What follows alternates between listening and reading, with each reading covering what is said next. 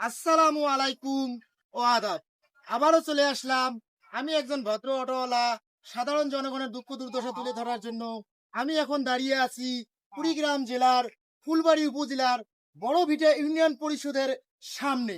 আপনারা দেখতেছেন ভাই, আমাদের ইউনিয়ন পরিষদ যাওয়ার রাস্তা আছে কিনা আমি জানি না। তার কারণ হচ্ছে আপনার নিজ চোখে দেখতে পারতেছেন যে আমাদের বেহাল অবস্থা। তার কারণ রাস্তাটা এখান থেকে শেষ হয়ে গেছে বড় বেটার থেকে এসে, কিন্তু এদিক দিয়ে পুরোটা হলো স্কুল মাঠ।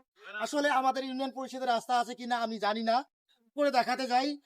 এই যে এই পাশটা দেখেন কি অবস্থা হয়ে আছে, এই দিক দিয়েও রাস্তা নেই যাওয়ার মতন। আবার এই দিক দিয়ে যদি দেখাই তাহলে এই দিক দিয়েও যাওয়ার মতো রাস্তা নাই। আর এটা হলো বড় বেটা মানে শিক্ষা প্রতিষ্ঠানের মাঠ। আসলে আমাদের ইউনিয়ন পরিষদ যাওয়ার রাস্তা আছে কিনা আমি জানি না। তারপরেও আমি আমাদের নতুন সরকার এবং নতুন এমপির কাছে বিশেষভাবে আহ্বান জানাবো যেন আমাদের এই বড় ভিটা ইউনিয়নের এই ইউনিয়ন পরিষদের সামনের এই রাস্তাটুকু যেন অতি দ্রুত করে দেয়। তা না হলে আমাদের সাধারণ জনগণ এই যে কাঠের মাল দিচ্ছে কিন্তু একটা অটো যাইতে পারতেছে না, একটা সাইকেলও নিয়ে যাওয়া যাচ্ছে না, এমন একটা অবস্থা হয়ে গেছে। সাধারণ মানুষও যাওয়া আসা করতে পারতেছে না। তার কারণ আপনারা নিজেই দেখতে পারতেছেন যে আমাদের ইউনিয়ন পরিষদের কি অবস্থা।